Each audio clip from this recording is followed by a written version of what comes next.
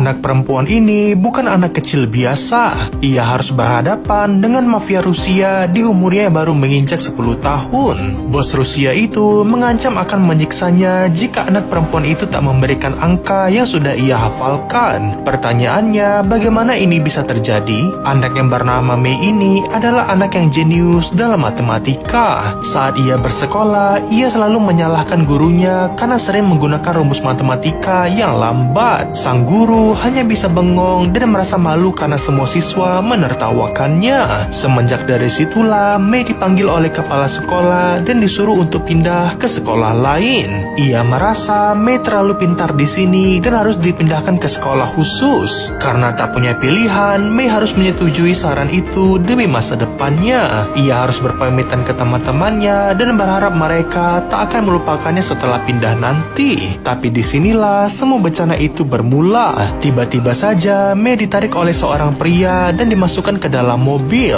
Kejadian itu berlangsung sangat cepat dan Mei tak tahu ia akan dibawa kemana. Ternyata ia dibawa ke markas mafia Cina yang dipimpin oleh pria tua berjas abu-abu itu. Ia mengatakan bahwa keponakanku mengenalmu. Memang Mei tahu dengan anak itu yang merupakan teman kelasnya. Ternyata bos Cina itu ingin merekrut Mei karena kemampuan otaknya yang seperti sebuah komputer. Bos Cina itu menjelaskan bahwa ia tak suka dengan data digital yang selalu meninggalkan jejak. Ia membutuhkan otak seperti Mei yang bisa menghafal angka untuk memperlancar bisnisnya.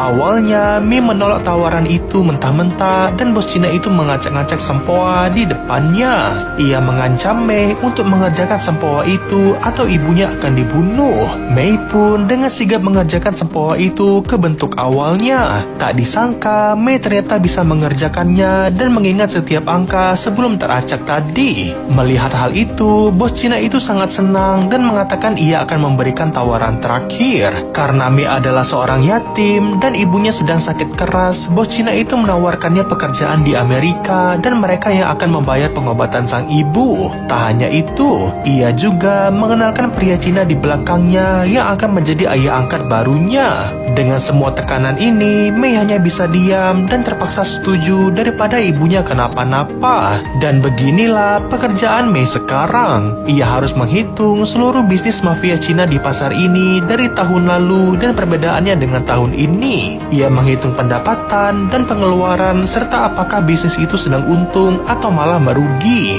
Dan jika bisnis itu merugi, maka para mafia Cina ini akan memberikan konsekuensi kepada pengelola bisnis tersebut. Pemilik kasino inilah contoh dari konsekuensi itu yang dipukuli habis